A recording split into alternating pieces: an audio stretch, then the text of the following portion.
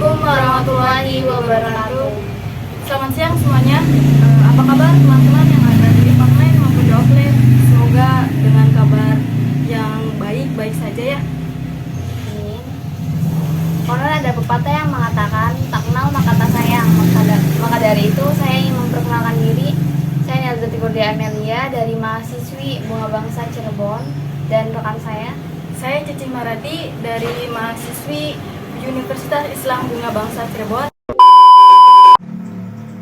Di sini juga ada narasumber kami yang bernama Muhammad Hizbullah Akbar Masudan.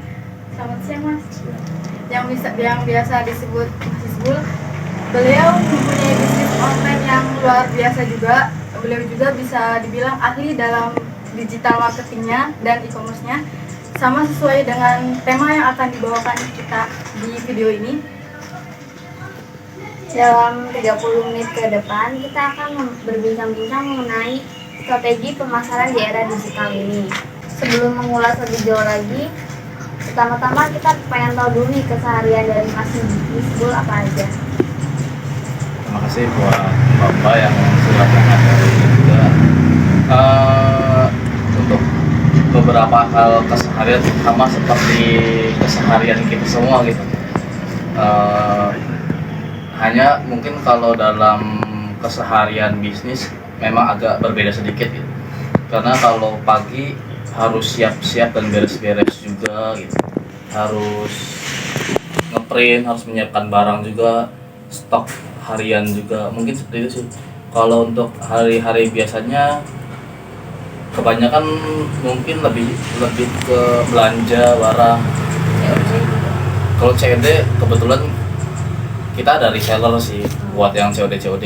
Tapi kalau belanja barang yang mungkin belum bisa dikirim distributor karena kita kan online kan yang dikejar itu kan waktu pengiriman, batas waktu pengiriman.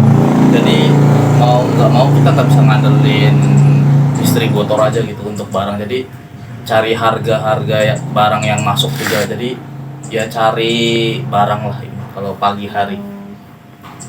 Kurang lebih seperti itu ya. Mas Hizbul kan nggak asing lagi di dunia perdigitalan ini ya, bisnis online.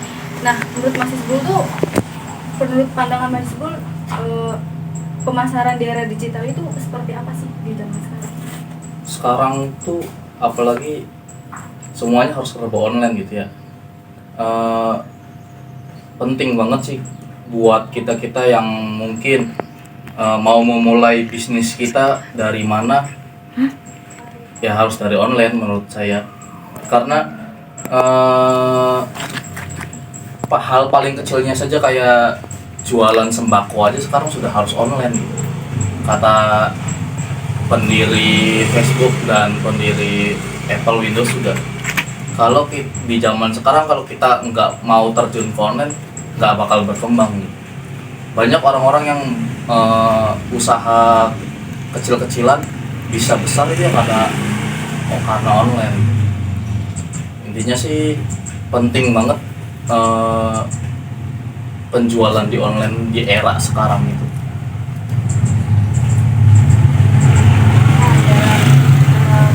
Cara mengembangkan strategi pemasaran digital itu seperti apa gitu, gimana caranya?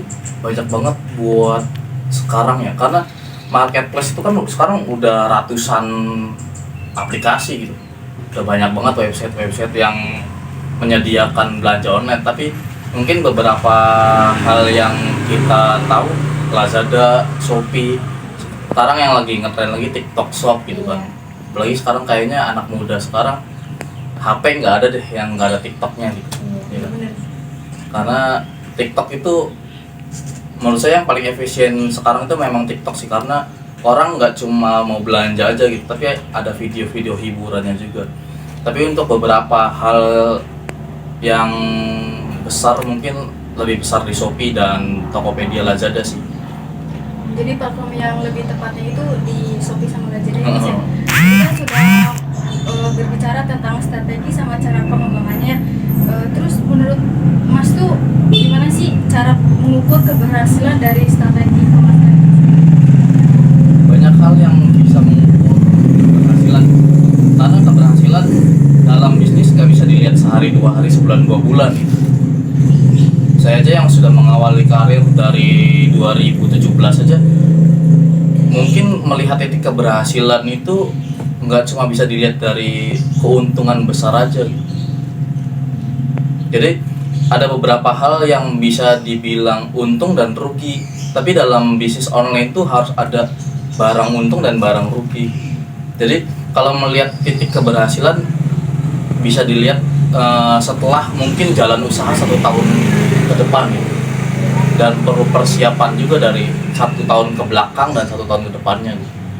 Untuk melihat keberhasilannya itu kita punya di online itu ada yang namanya bisnis analisis. Dari bisnis analisis itu setelah 1 tahun jalan itu biasanya ada laporan bulanan gitu. Kalau dalam laporan bulanan itu kita punya indeks di atas 5% hijau gitu, itu biasanya berarti toko sudah jalan. Tapi kalau toko-toko merintis itu biasanya 3% itu udah mulai bagus indeks bisnis analisisnya. Mungkin kalau misalkan teman-teman lebih mau ngerti lagi, harus tahu langsung bisnis analisis itu apa gitu, karena nggak bisa dijelasin sekarang karena harus lihat dari komputer atau aplikasinya.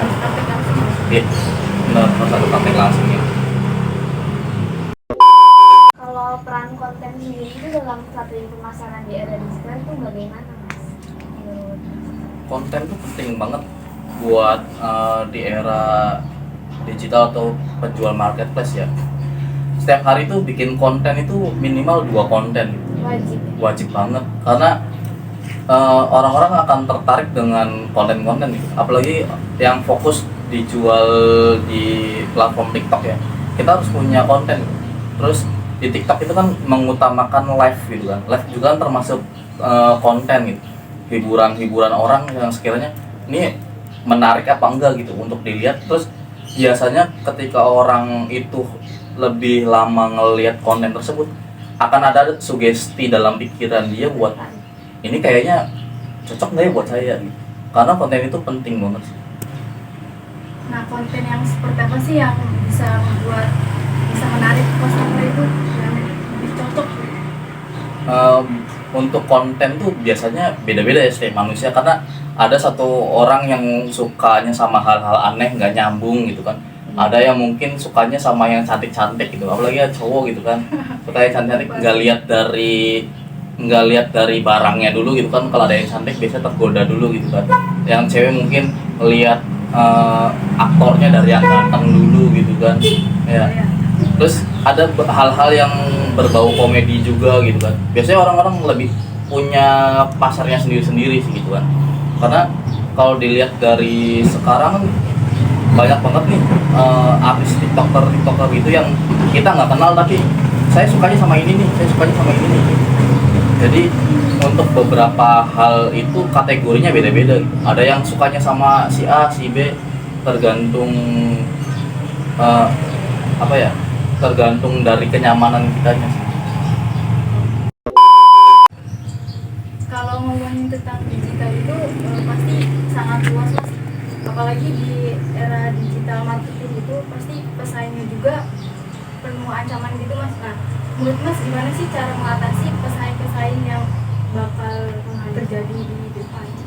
Banyak hal yang bikin bisnis kita maju atau turun gitu. Yang pertama biasanya kita tuh para pembeli itu lebih cari harga murah pertama, karena persaingan di marketplace itu siapa yang paling murah ya paling pasti dibeli. Mensiasati hal tersebutnya biasanya kita pasang harga mahal tapi kita menyajikan keuntungan lebih, seperti satu pertama gratis ongkir. Mungkin mbak-mbak juga yang dilihat toko kalau dibeli pasti gratis ongkir dulu gitu. Terus voucher potongan ini entah berapa rupiah, berapa ribu pun biasanya yang dicari untuk pilihan kedua adalah voucher potongan gitu. Yang ketiga adalah biasanya pelanggan.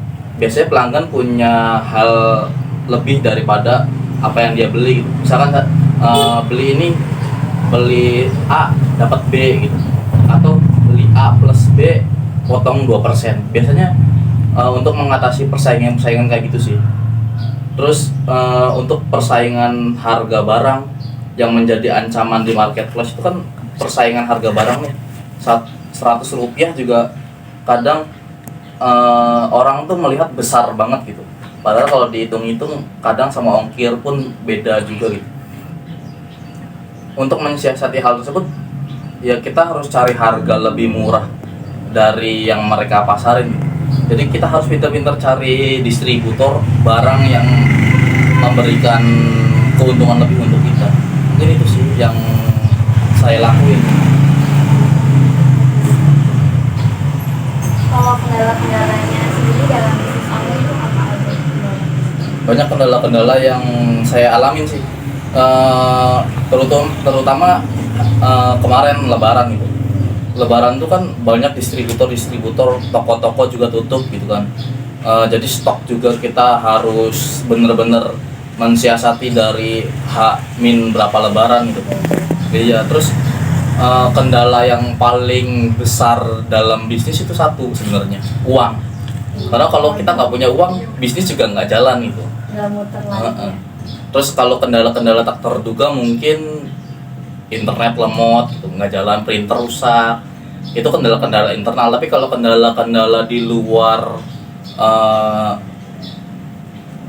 kemampuan kita, biasanya itu pihak pengiriman ekspedisi itu karena kita nggak bisa ngatur, karena mereka yang ngatur, mereka punya sistem sendiri juga. Jadi untuk ekspedisi ini jadi kendala kita juga, karena pengiriman yang harusnya 3 hari sampai, 4 hari sampai, tapi bisa sampai 7 hari, 2 minggu juga gitu. Itu kendalanya sih paling. Nah, teman-teman, kurang lebih seperti itu ya penjelasan tentang strategi marketing di era digital. Ternyata sangat penting juga dalam kita untuk memahami tentang apa sih strategi digital marketing itu. Tadi kita sudah membahasnya dengan narasumber kita yang penjelasannya yang cukup menarik, cukup jelas juga ya Mbak. Terima kasih buat narasumber kita ya yang udah Sama-sama. memberikan materi penjelasannya. Semoga ilmunya bermanfaat, dan terima kasih buat teman-teman offline dan online yang sudah menonton juga. Terima kasih tim kita yang di belakang kamera Di yang belakang sudah layar. mempersiapkan dari jauh-jauh hari. Sekian dari kami. Kurang lebihnya mohon maaf. Wassalamualaikum warahmatullahi wabarakatuh.